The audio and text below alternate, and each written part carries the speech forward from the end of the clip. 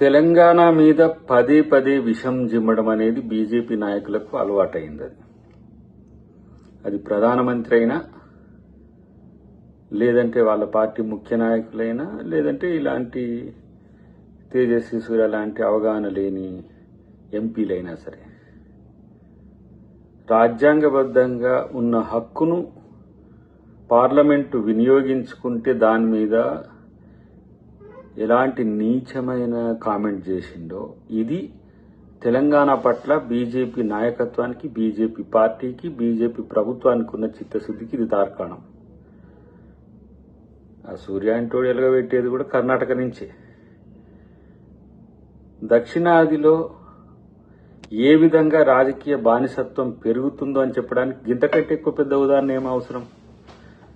కనీసం ఈ జనరేషన్లో జరుగుతున్న ఇంత పెద్ద మార్పులో దక్షిణ భారతదేశానికి ఏం నష్టం జరగబోతుందో తెలియలేనంత మూర్ఖుడు ఇలా వాళ్ళ ఎంపీ. అదే కాకుండా తెలంగాణ విభజనను ఎంత జిలస్తో మాట్లాడుతున్నాడు. యూపీఏ గవర్నమెంట్ తెలంగాణ ఆంధ్రప్రదేశ్ విడిపోవడాన్ని ఎంత జలస్గా, ఎంత అక్కస్తో మాట్లాడుతున్నాడో మనకు అర్థమవుతున్నది. కాబట్టి తెలంగాణకే కాదు, సౌత్కు బీజేపీ చేసేది ఏం లేదు. సౌత్లో ఉన్న ఇలాంటి బానిస నాయకులంతా కూడా మూర్ఖత్వంతో లేకపోతే అజ్ఞానంతో వాళ్ళు చేసే వాటిని ఇలా దక్షిణ భారతదేశ ప్రజలు, తెలంగాణ ప్రజలు గమనించాల్సిన అవసరం ఉంది. ఇప్పుడు తెలంగాణ ఆంధ్రప్రదేశ్ విడిపోయింది. విడిపోయి ప్రజలు కలిసే ఉన్నారు.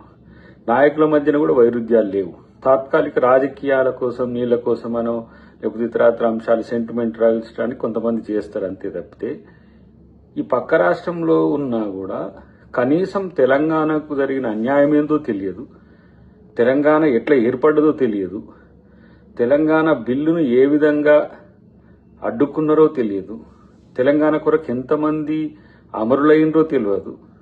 ఇలాంటి పనికిరాని వాళ్ళని బీజేపీ ఎంపీలుగా చేసుకుంటా ఎలుగబెడుతున్న పరిస్థితి. ఇంకా మిగతా నాయకుల పరిస్థితి ఎట్లా ఉంటుందో మనం ఊహించుకోవచ్చు. కాంగ్రెస్ను విమర్శించడానికో, యూపీఏను విమర్శించడానికో, ఆంధ్రప్రదేశ్ విభజనను, తెలంగాణను కించపరిచినట్టు మాట్లాడాల్సిన అవసరం వచ్చింది ఆ దరిద్రునికి. కాబట్టి ఇప్పటికీ బీజేపీ నిజస్వరూపం పదే పదే తెలుస్తున్న క్రమంలో నేనంటున్నా, తెలంగాణ ఆత్మగౌరవాన్ని కించపరిచే విధంగా మాట్లాడిన తేజస్వి సూర్య అంటోనికి అసలు ఎంపీగా కొనసాగే నైతిక హక్కే లేదు. వాళ్ళకి అయినా కూడా మనం ఎంత చెప్పినా కూడా సిగ్గు లేదు, లజ్జ లేదు, ఇట్లాంటి కామెంట్స్ చేస్తూనే ఉంటారు అనుకోండి. కాబట్టి ఇది బీజేపీ నాయకత్వం తెలంగాణలో ఉన్న వాళ్ళు కానీ, లేకపోతే ఆంధ్రప్రదేశ్లో ఉన్న వాళ్ళు కానీ ఈ కామెంట్ మీద మిన్నకుండడం అనేది మీ యొక్క బానిస మనస్తత్వానికి ఇంతకంటే ఎక్కువ తార్కాణం ఉండదు. ఎట్లాగో మీరు అనరు, మీకు ఒక అస్తిత్వము, ఆత్మగౌరవము, లేకపోతే ఇతరత్ర ఏమైనా తెలంగాణ ప్రాంతం పట్ల ప్రేమ, మక్కువ కాదు, మీ కెరీరే ముఖ్యం. మీకు దాని కొరకు బీజేపీ ఏం చేసినా భరించే స్థితికి మీరు దిగజారడం వల్లనే ఇలా తెలంగాణకు వచ్చే నిధులు రావట్లేదు, తెలంగాణ కొరకు కొట్టాడేటోడు లేడు. మీ జీవితాల కోసం, మీ రాజకీయ జీవితాల కొరకు కొట్టాడేటోళ్ళు తప్పితే తెలంగాణ అమరవీరుల యొక్క త్యాగాలను, తెలంగాణ అస్మికను మీరు వంట పట్టించుకుంటూ మీకు మీ నరనరాన ఉంటేనో ఇలాంటి మాటలకు అతనితో సారైన చెప్పాలి, రాజీనామా చేయించాలి.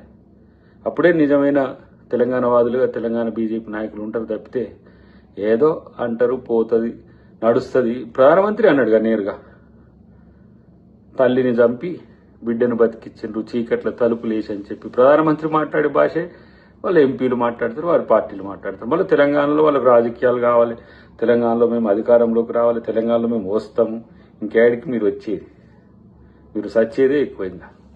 కాబట్టి ఇలాంటి చిల్లర నాయకులను నాయకులుగా మార్చే ప్రయత్నం చెయ్యకండి.